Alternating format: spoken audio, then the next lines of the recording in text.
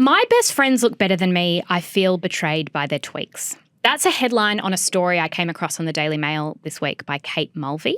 She is a woman in her early 60s who describes catching up with friends from her uni days and discovering that she was the odd one out. She says, I quote, "I looked like their mum."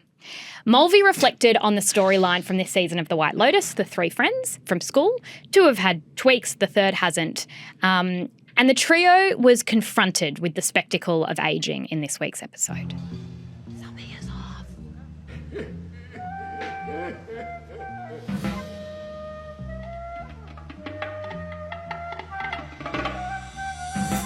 What the actual fuck is this place? Is this like a bargain hotel for retirees? That was Jacqueline realising that she had been sent to a hotel full of what she saw to be old people. Add to that a story on Mamamia this week about a 37-year-old woman named Kim who recently travelled to Turkey for a facelift. So she noticed what she saw as like excess skin and felt her reflection didn't match how she felt. And so for $30,000, she underwent a facelift. Now, I was thinking recently, I'm 34. Am I doomed to worry or to think about ageing until the day I die? And is it starting younger and younger? Because I reckon I've been thinking about the signs of ageing since I was 28. And if I live to 83, that's a life expectancy of an Australian woman, I will have spent 55 years concerned about ageing. That's most of my life. And when you say ageing, you mean physically. Physically. I appearance-wise. The word decline, it's like you feel, I honestly think that from about 28, you're like, am I in decline? And do you ever truly revel in youth? Decline by whose measure? Well, everything. It's like physically you start to go, am I looking older and older? And you start to see your face move more and more lines, which you are seeing as a culture, the women older than you are raising. So you're hearing bad, bad, bad. I also think about things though like memory and energy and all that kind of stuff. And the proper important stuff. The important stuff. Like longevity, as they call it. Yeah. Holly, there's no way my grandmother or my mother were thinking about ageing in their early 30s. I know it's ridiculous. What is going on? Well, one of the things that's going on, and Mia Freedman called this a while ago when she wrote an essay about how ageing has apparently become a choice, right? Because it hasn't really, right? It hasn't, like actual ageing hasn't become a choice. The years still tick over. Our bodies are still aging, all of those things. But visually, physically aging on our faces appears like it's become a choice, which is not how it used to be. It's a little bit like we've talked before about how it used to be that if a woman didn't have children and she was sort of 40, early 40s, people would be like, oh, we'll stop asking because, whereas now that pressure's never off because the technology has evolved. And so it has with being able to erase the signs of aging, right? So now the barriers to looking eternally youngish are only money, time, and a sort of discipline and will. You know what I mean? Is it important enough to you? Are you going to do it?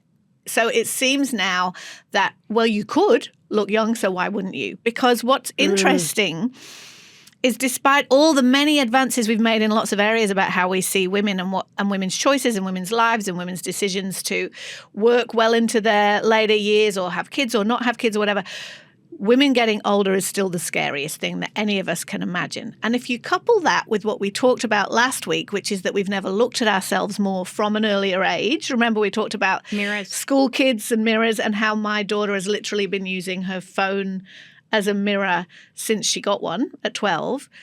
Those things have clashed into each other and mean that instead of feeling more positive about, well, look at all these advances in aging, now you can be 40 and you're not considered old. It's like, oh my gosh, I notice every little thing and I should be on it now. And you should be trying to reverse it earlier. And that's what the facelift at 37, and there were a lot of comments and a lot of readers who just went, what on earth are you doing? And this Kim, who spoke to Mamamia, was saying, no, it's a good thing because if I do it now, it's almost preventative. I don't have to get the big facelift in my 50s or 60s. I love the have to in all this. Yeah.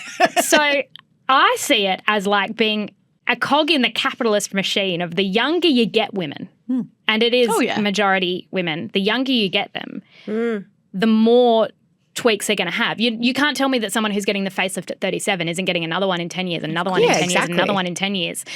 And then I think some sort of, and I don't want to be flippant with the use of this word, but some sort of dysmorphia kicks in, because there's a cultural dysmorphia, which is sometimes I look around and go, no one's forehead is moving anymore. But then there's also in the mirror, if you start getting those tweaks, then any signs you start to remove more and more, which is, you know, we've seen this with celebrities. They get a few tweaks, and whether it's they want to look more youthful, but then it can get more and more extreme because what you're seeing in the mirror has become so skewed. Well, it becomes an arms race, doesn't it? Yeah. And back to what you said about where your peer group starts to all get it, and the age is getting younger and younger, it does become an arms race. And it's not even just FOMO, it's more like, I don't want to be the odd one out. Yeah. And Outlouders have spoken to us about this, because there are some Outlouders who will say, I don't know a single person who's had any of it done. It's contagious. And it's totally contagious. It's the same as lifestyle factors. It's the same as where you holiday. It's all of those things. And then there are other Outlouders where they will sit down at dinner and they've all had it. What you said about Kim, the woman who got the facelift at 37, and she noticed some excess skin and she didn't look the way she felt. I think that's probably a little naive, in that she didn't look the way she looked in her phone, and she didn't look the way she looked in the filtered photos that she posted of herself. But interesting. I thought that, but then in the interview she was saying she often shows up on TikTok or Instagram without makeup on. Like, she seemed to have a sense of what she really looked like. Yeah, it's interesting, because the other aspect to all of this, and you mentioned our mothers and our grandmothers didn't worry about aging, or maybe they did, but there was no choice. And the only thing that was available were like creams and a full facelift, which was something that old rich people and maybe celebrities got. It was not Wasn't accessible. It was not accessible at all. Now there are so many little tweakments that you can get, which is the on-ramp to bigger and bigger procedures. And again, with the arms race, you start with it, and this was always my fear of getting Botox. You start with a little bit, and then it's like once you've broken that fourth wall, for me, I was like, oh, well, maybe I could get a bit more. Maybe I could, suddenly, to me, it was like I liked being able to say I've had nothing. And I've had to really watch that in myself. And I've found myself fascinated by other women's faces. And what we've also seen is this absolute homogenization of women's faces. You looked at the Oscars, and whether it was Mikey Madison or Demi Moore, they all look around the same age. And that's weird. So, that's how beauty standards change. 100%. And I think that it takes like an Olympic level skills at disassociation from what you look like to not feel this pressure, or ironclad self-confidence and self-belief, which some people have, right? And you've never had it, so which is it for you?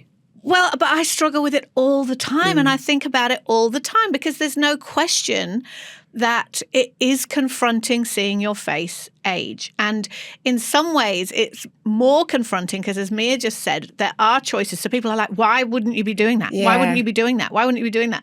And I think maybe there used to be more of a cultural sense that like beauty, in inverted commas, was for the young. And the older people had other virtues, right? Like wisdom and, all of that kind of stuff. Superannuation. That idea is long gone, because now we've extended the time and the pressure to be beautiful from the minute you are conscious of the face that looks back at you in the mirror until the moment you die. There is absolutely no excuse for it. Have you let yourself go?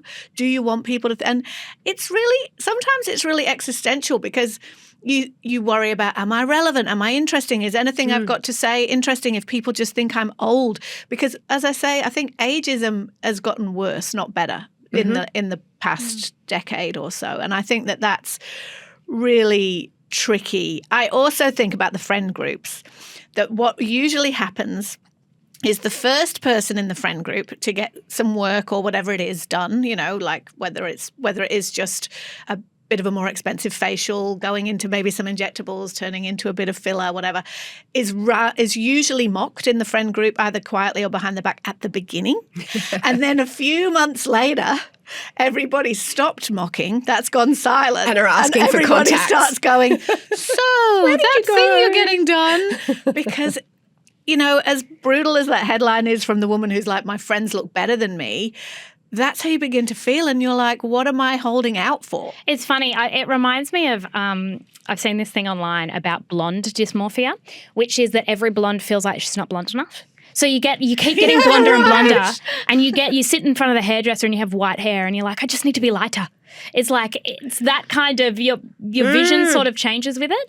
But I think that, you know, people talk about vanity. I don't think that the choice whether or not to have it is even about vanity or values so much necessarily as it is about switching off the noise. I think some people are just like, I think about these lines, this thing. You know, people talk about... I think about like many hours a day. Exactly. And people have it with, you know, whether it's a mole or a nose job or whatever, it's just like, I don't want to think about this anymore. I'm sure I could do some psychological work. I think about it less since I did it. And that's what I recognise in you. I was at my most tortured in the years where I wanted to have it, but I felt conflicted about it, and I didn't want to have it. I know, because it's this weird now thing. I don't think about it anymore. You're so right, Jessie, about it isn't to do with values. And just to be really clear, like, I do not have a judgmental position on this. I really, really don't. I'm just more like, I want to be the kind of person who can accept myself. Yes. But it turns out I wanted that too. I don't know that I am.